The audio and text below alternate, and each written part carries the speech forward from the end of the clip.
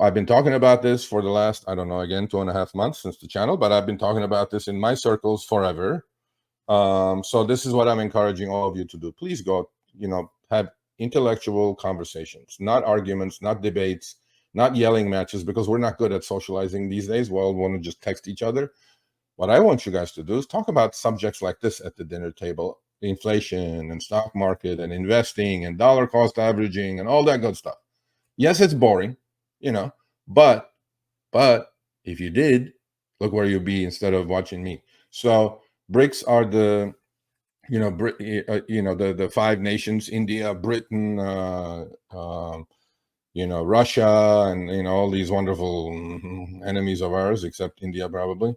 But so what they've been doing is that they've been trying to wean off themselves from the dollar trades of dollar, petrodollars, all this stuff, right? Well, I've talked about this. There's content on the channel. You guys can go check it out.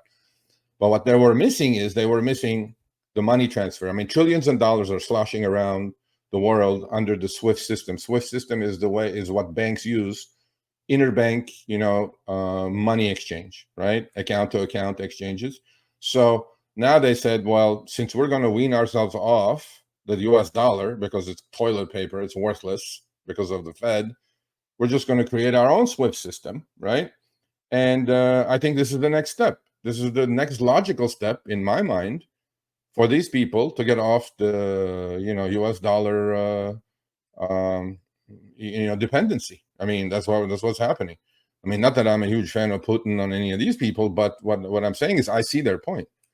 And the other thing that they're doing is, I talked about it, BRICS are selling, China and India and Russia, and they're all selling what? They're selling US treasuries, because they're going like, I don't want it, right? And the Saudis said no more petrodollars. That agreement has been in place for over 50 years. No more, right? So everybody's kind of going like abandoning the US dollar, saying, now, do I think any of this matters to us as average Americans? Absolutely it does. Why does it do that? Well, the only saving grace we have is the only saving grace we have, I just read a comment, that's why I chuckled, is that US dollar is still the chosen currency of the planet. Okay? A lot of stuff is done, but when the Saudis say no more petrodollars, I'll sell you my oil and you can pay me in your yuans or Japanese yen, right? Or euros. No more US dollars, because that used to be tied up to the US dollar. All trade around the world was tied up to the US dollar, meaning, exporting and importing things. Well, that's not happening anymore. But then these people figured, okay, if we're going to do all this, we need a system, banking system, a SWIFT system of our own that we can, depend on and freely exchange money. Like, you buy something from me, I'll send you the money. Within 30 seconds, it shows up. Now, they could do that on the blockchain with Bitcoin and stuff, but I don't think Bitcoin is there yet.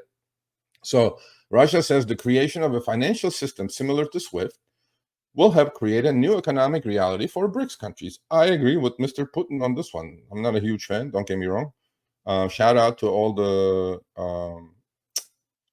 I don't know, whatever, the captors that were released, specifically the Wall Street Journal journalist who was, called a spy. I don't know if he was or not, but the guy was been there for 3 years.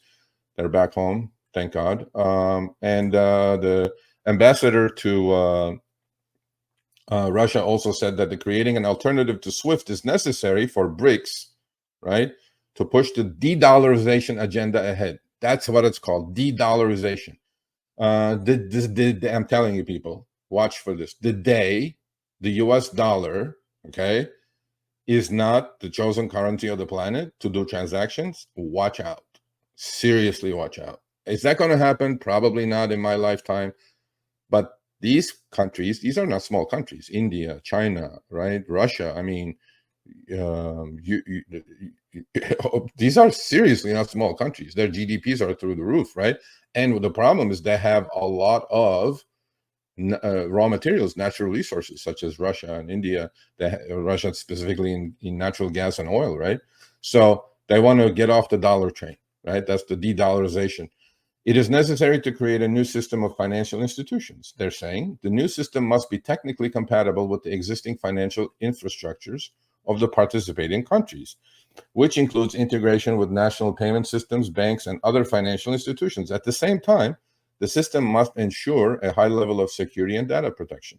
I agree. So this is the next logical step that they're taking. They're going to create their own money transfer system similar to SWIFT. And, writing's on the wall, people. Maybe this is not important to you, but this is very important to the markets. And this is very important to me, because in the macro picture, abandoning the dollar after years and years of depending on the dollar is something very interesting to me. And then that's part of the picture you guys got to watch out for.